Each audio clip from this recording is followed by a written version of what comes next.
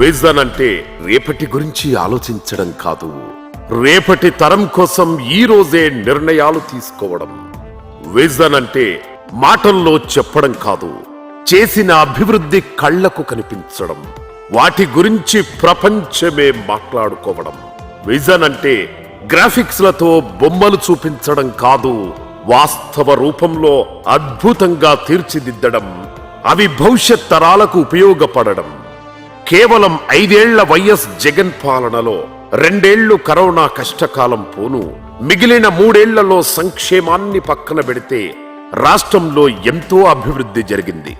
గ్రామ వార్డు సచివాలయాలు, వాలంటీర్ వ్యవస్థ, ఫ్యామిలీ డాక్టర్ కాన్సెప్ట్, నాడు నేడు స్కూళ్లు, ఇంగ్లీష్ మీడియం, స్థానికులకే 75% ఉద్యోగాలు వంటి ఎన్నో విప్లవాత్మక సంస్కరణలు తీసుకువచ్చి దేశమంతా రాష్ట్రం వైపు చూసేలా సుపరిపాలన అందించారు వైఎస్ జగన్.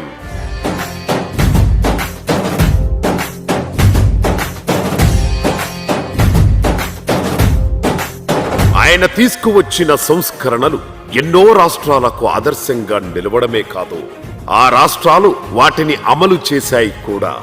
మరి ఇది కదా విజన్ అంటే.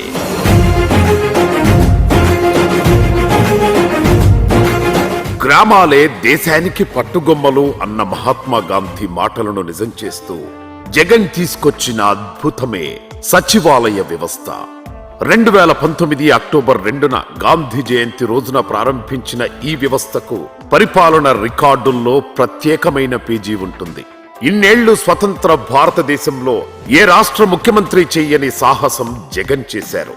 ఇప్పటి వరకు ఒకేసారి 1,26,000 ఉద్యోగాలు ఏ రాష్ట్ర ప్రభుత్వము ఇవ్వలేదు. అది ఒక్క జగన్ ప్రభుత్వానికే సాధ్యమైంది. స్థానిక స్వపరిపాలన, ప్రజల వద్దకు పాలన, గాంధీజీ కలలుగన్న గ్రామ స్వరాజ్యం వంటి కలకు గ్రామ సచివాలయ వ్యవస్థ ద్వారా నిజమైన రూపమిచ్చిన నాయకుడిగా వైఎస్ జగన్ ఎప్పటికీ చరిత్రలో ఉంటారు.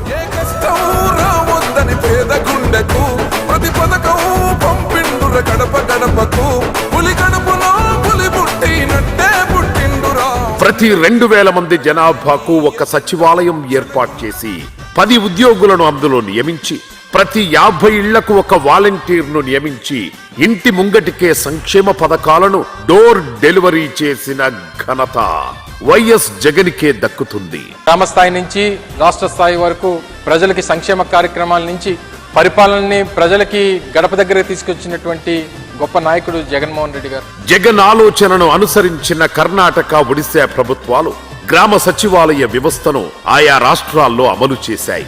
అంతేకాదు, లక్షల ఉద్యోగాలిచ్చి కూడా జగన్ ఎక్కడా చెప్పుకోలేదు కూడా. రాజకీయాలే చెయ్యాలనుకుంటే ఏటా కొన్ని పోస్టులు విడుదల చేసి ఇన్ని ఉద్యోగాలిచ్చామని చెప్పుకునేవారు. కానీ జగన్ అలా చెయ్యలేదు. గ్రామ సచివాలయాల ద్వారా నిస్వార్థంగా వేగవంతమైన సేవలందించిన జగన్ విజన్ దేశం మొత్తానికి రోల్ మోడల్ గా నిలిచింది. ఇది కదా విజన్ అంటే.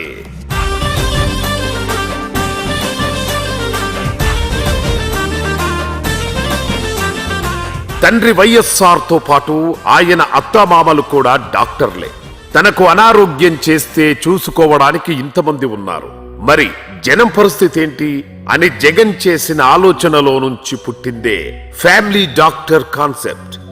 10,032 విలేజ్ హెల్త్ క్లినిక్లు ప్రారంభించిన జగన్ ప్రభుత్వం 48,000 ఉద్యోగాలు క్రియేట్ చేయడమే కాదు, ఇంటి వద్దకే డాక్టర్ను పంపించి అన్ని రకాల వైద్య సేవలను ఇంటి దగ్గరే అందించారు.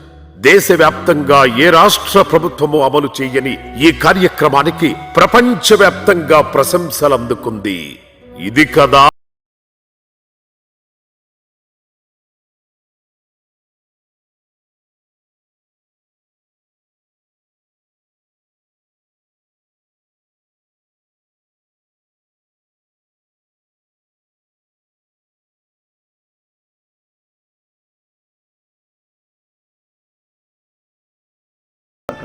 ఒక దీపం ఒక గదికి వెలుగునిస్తుంది అని, కానీ చదువుల దీపం ఒక కుటుంబాన్ని రూపురేఖల్నే మార్చేస్తుంది అని చెప్పి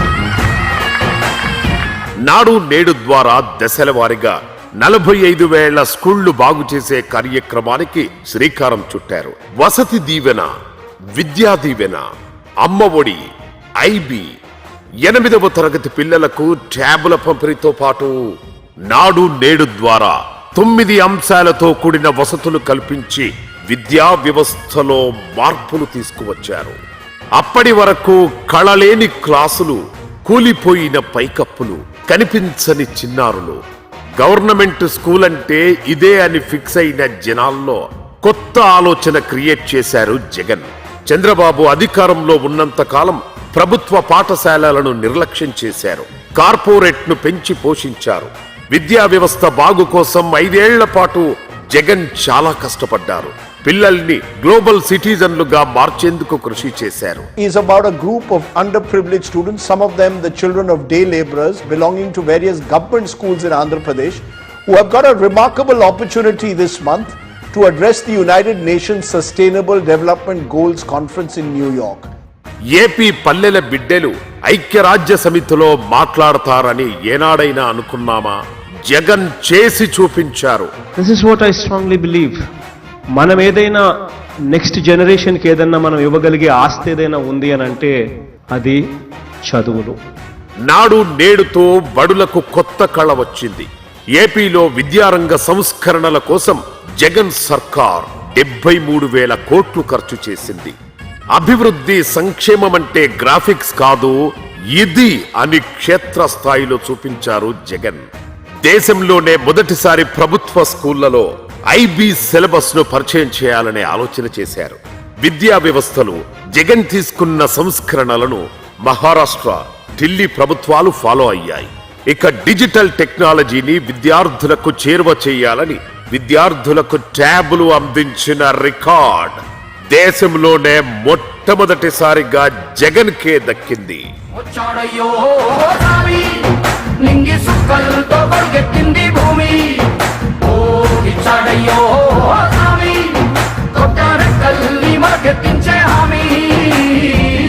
జనాలకు కావాల్సింది ఏదైనా జనం వద్దకే.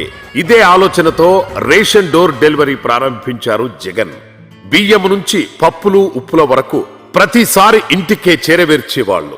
అలాంటి కార్యక్రమాన్ని కూటమి ప్రభుత్వం నీరుగార్చింది. రేషన్ షాపుల ముందు క్యూ లైన్లలో అపసోపాలు పడుతూ చెమట కక్కుతూ నిల్చున్న ప్రతి ఒక్కరికి జగన్, ఆయన చేపట్టిన కార్యక్రమం ప్రతి క్షణం గుర్తొస్తుంది.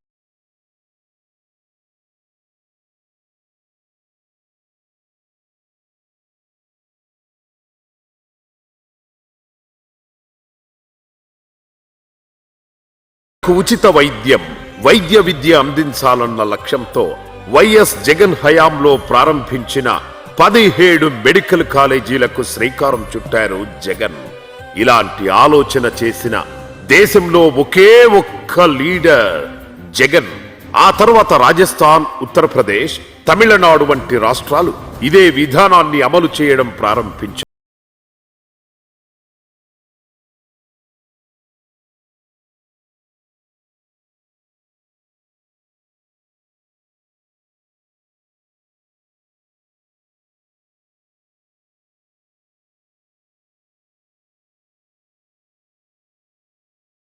డెబ్బై 75% ఉద్యోగాలను స్థానికులకే ఇవ్వాలని ఆదేశాలు జారీ చేశారు. స్థానికులకు 75% ఉద్యోగాలు ఇవ్వాలని ఆ రోజు కేబినెట్ నిర్ణయం తీసుకొని వైఎస్ జగన్ హయాంలో చట్టం కూడా చేశారు. హర్యానా, జార్ఖండ్ వంటి రాష్ట్రాలు జగన్ చూపించిన దారిలోనే నడిచాయి. 75% reservation bill for local employment Haryana के युवाओं के लिए आज अप्रूव किया है. इससे ज्यादा खुशी का दिन हरियाणा के युवाओं के लिए नहीं हो सकता. జగన్ ప్రభుత్వ హయాంలో సిపిఎస్ కు గొప్ప ప్రత్యామ్నాయంగా ఉద్యోగుల కోసం జిపిఎస్ తీసుకువచ్చింది. ఇప్పుడు అదే విధానంలో కేంద్ర ప్రభుత్వం సహా పలు రాష్ట్రాలు వెళుతున్నాయి. ఇది కదా విజన్ అంటే.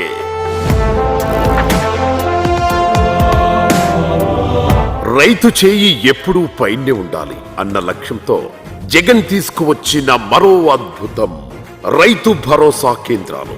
విత్తు నుంచి పంట విక్రయం వరకు 5 ఏళ్ల పాటు గ్రామ స్థాయిలో రైతులను చేయి పట్టి నడిపించాయి రైతు భరోసా కేంద్రాలు. గ్రామ సచివాలయాలకు అనుబంధంగా గ్రామ స్థాయిలో ఒకేసారి 10,778 రైతు భరోసా కేంద్రాలను ఏర్పాటు చేశారు జగన్.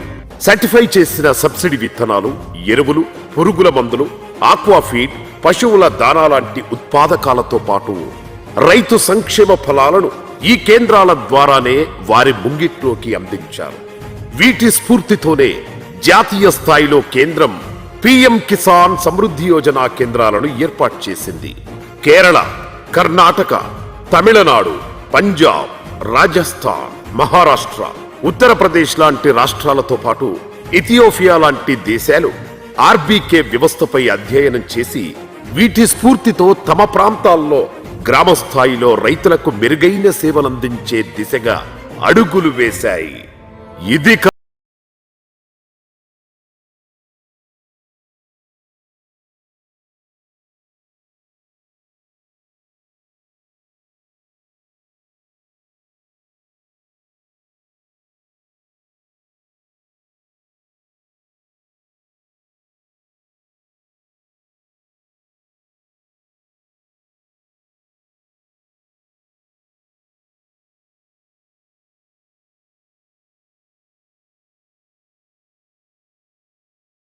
రైతులే కాదు, పారిశ్రామికంగా జగన్ తీసుకున్న నిర్ణయాలు దేశానికే ఆదర్శంగా నిలుస్తున్నాయి.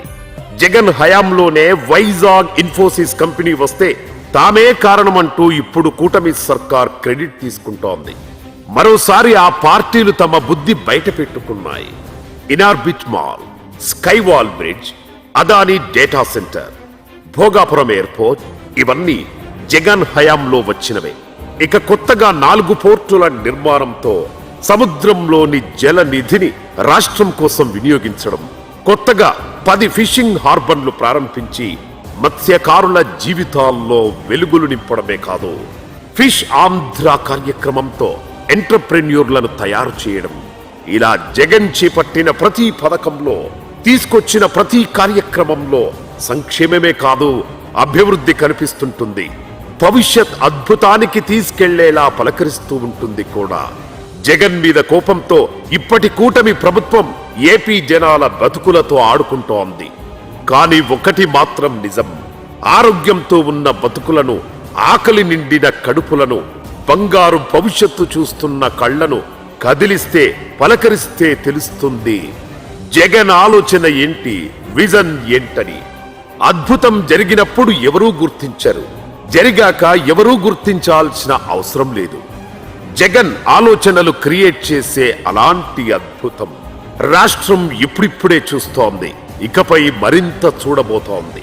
స్వల్పకాలిక ప్రయోజనాలకే పెద్దపీట వేసే నేటి రాజకీయాల్లో కేవలం వచ్చే ఎన్నికల గురించే కాకుండా రాబోయే తరాల భవిష్యత్తు కోసం ఆలోచించిన దార్శనికుడు, భారతదేశ అభివృద్ధి నమూనాకే కొత్త దిశ నిర్దేశం చేస్తున్న ఆ జననేతకు పుట్టినరోజు శుభాకాంక్షలు. హ్యాపీ బర్త్డే జగనన్న. జననేత జగనన్న మననేత